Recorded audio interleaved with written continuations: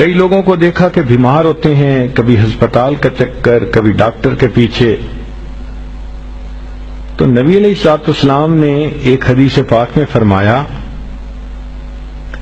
اس حدیث کو مسند احمد نے روایت کیا اور طبرانی نے روایت کیا، کہ جو شخص فجر کے بعد 3 مرتبہ یہ دعا پڑھ لے، اللہ 4 مرضوں سے اس کو نجات عطا فرما دیتے ہیں. امید ہے کہ مستورات توجہ سے یہ بات سنیں گی اور اس کی اہمیت کو ذرا سمجھیں گی کہ جو شخص فجر کے بعد 3 مرتبہ یہ آیت پڑھ لے تو اللہ تعالیٰ اس کو 4 بڑے بڑے مرضوں سے بچائیں گے. نمبر 1، پاگل پن. اگر کوئی آدمی مینٹلی ان بیلنسڈ ہو،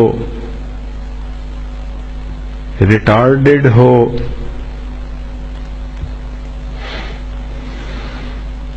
یا جس بندے کو چیزیں بھول جاتی ہوں یا چیزیں یاد نہ رہتی ہوں، ذہن سے متعلقہ جو بیماریاں ہیں وہ اسی پاگل پن کے زمرے میں آئیں گی. یا کسی کو مرگی کی بیماری ہوتی ہے، وہ بھی اسی زمرے میں آئے گی. تو پہلی بیماری جو اللہ تعالیٰ دور کرتے ہیں وہ ہے پاگل پن. اور دوسری بیماری کوڑ پن. کوڑ پن کہتے ہیں چہرہ بدصورت ہو جانا. یہ بھی ہو سکتا ہے کہ برس کی بیماری ہو جائے، جیسے بعض عورتوں کو جلد بالکل سفید ہو جاتی ہے اور عجیب بدنما چہرہ ہو جاتا ہے. یا کئی مرتبہ جسم پہ تل اتنے نکل آتے ہیں، دانے اتنے نکل آتے ہیں کہ چہرہ بدنما ہو جاتا ہے. یا چہرے پر داغ پڑ جاتے ہیں کالے رنگ کے.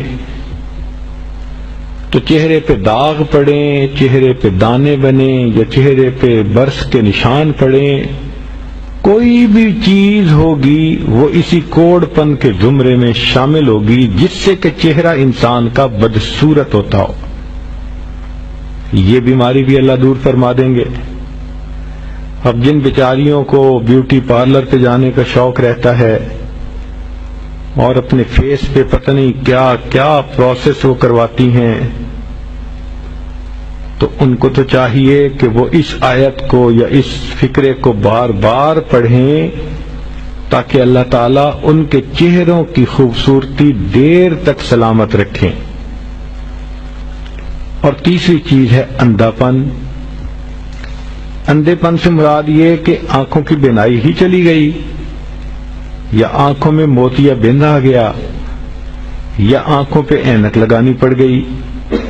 یہ سب ایک ہی بیماری کی تفصیلات ہیں.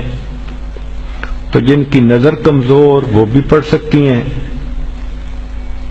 یا جن کو لینز لگانے پڑتے ہیں، کنٹیکٹ لینز صحیح یا کوئی اور، اس مصیبت سے بھی جان چھوٹ گئی.